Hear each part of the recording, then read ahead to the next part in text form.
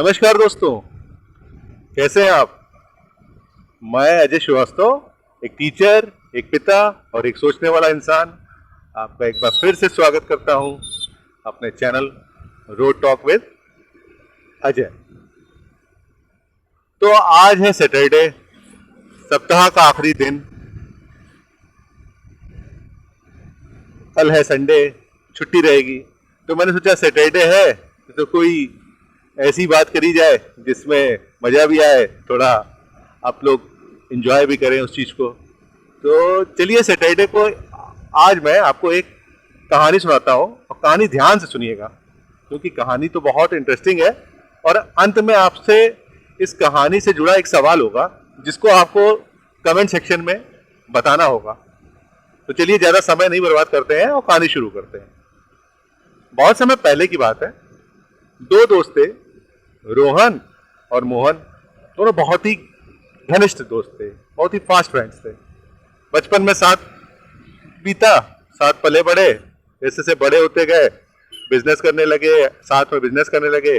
अब उनकी शादी की उम्र हो रही थी तो रोहन की शादी तय हो गई। मोहन बहुत खुश था कि चलो मेरा दोस्त अब दूल्हा बनने जा रहा है, भाभी आएंगी। परिवार वाले भी बहुत खुश थे। तो सबने एक अच्छी सी लड़की देख के शादी तय कर दी। शादी हो गई। अब वो पहले की बात है तो बारात लेके आ रहे थे। तो पहले इतना टेक्नोलॉजी तो थी नहीं, तो रास्ते में रोहन मोहन जो थे अपने पूरी बारात लेके चले आ रहे थे। तभी वहाँ डाकुओं का इलाका था।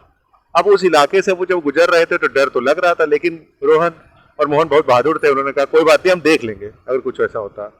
और नौबत आ गई, डाकू ने हमला कर दिया। डाकुओं ने वहाँ पे, अब डाकुओं का जब हमला हुआ तो बहुत से जो बाराती थे वो तो डर के मारे भाग गए।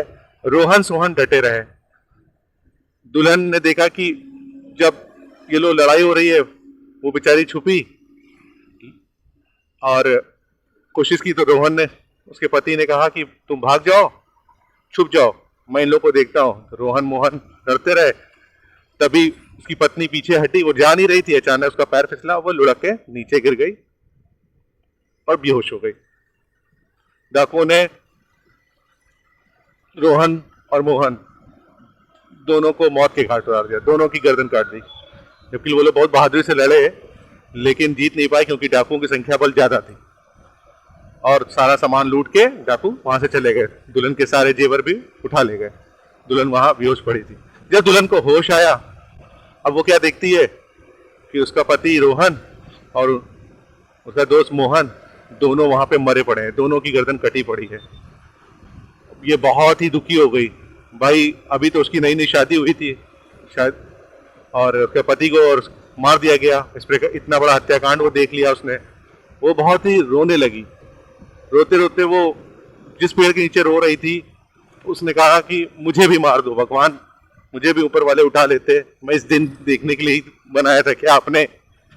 तभी वो जो पेड़ था उसमें एक राक्षस रहता था। राक्षस था। अब उस राक्षस ने देखा कि लड़की रो रही है तो उसको थोड़ा सा दया आ गई। वो उस पेड़ से बोला कि क्या हुआ बेटी, तुम क्यों रो रही हो। तो दुल्हन बोली कि पहले तो वो घबरा गई, फिर उसने पेड़ की तरफ देख के बोला, अरे मेरा बहुत ही दुर्भाग्य है, शादी हुई है और मेरा पति मार दिया है। मेरे पति को मार के दिया डाकुओं ने, उनके दोस्त को भी मार दिया। अब मैं क्या करूंगी, मुझे इससे अच्छा मौत मिल जाए। तो राक्षस को दया आ गई। राक्षस ने कहा रो मत बेटी, मैं तुम्हारे लिए कुछ करता हूं। तुम एक काम करो, तुम इन दोनों की गर्दन जोड़ दो, रख दो, मैं अपनी शक्ति से, मंत्र से इनको जिंदा कर दूंगा। और दुल्हन बहुत खुश हो गई। उसने रोहन और मोहन दोनों की गर्दनों को उनके धड़ पे रखा दिया और खड़ी हो गई। और जो पेड़ का राक्षस था उसने अपने मंत्र शक्ति से दोनों को जिंदा कर दिया। अब जब दोनों जिंदा हो गए तो जब लड़की ने देखा, अब खुश होने की बजाय जो दुल्हन थी वो बहुत ही घबरा गई, वो परेशान हो गई। अब क्यों घबरा गई, उसका कारण था, उसने जल्दबाजी में दोनों जो धड़ थे और दोनों जो सर थे वो बदल दिए।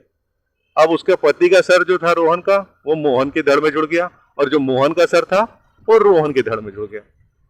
अब बेचारी बहुत परेशान। अब उसको ये नहीं समझ में आ रहा था कि वो किसकी पत्नी बनेगी, रोहन की कि मोहन की। एक में उसके पति का सर है और एक में उसके पति का धड़ है। तो चलिए भाई, अब ये मैं आप पर ही छोड़ता हूं। आप लोग कमेंट सेक्शन में आकर इसका जवाब दीजिए कि वो दुल्हन किसकी है, रोहन की कि मोहन की। आपके जवाब का इंतजार रहेगा। फिर अगली वीडियो में इसको हम साझा करेंगे, कहानी के अंत को। तो मिलते हैं फिर अगले वीडियो में। तब तक के लिए बाय। खुश रहिए, मेहनत करते रहिए,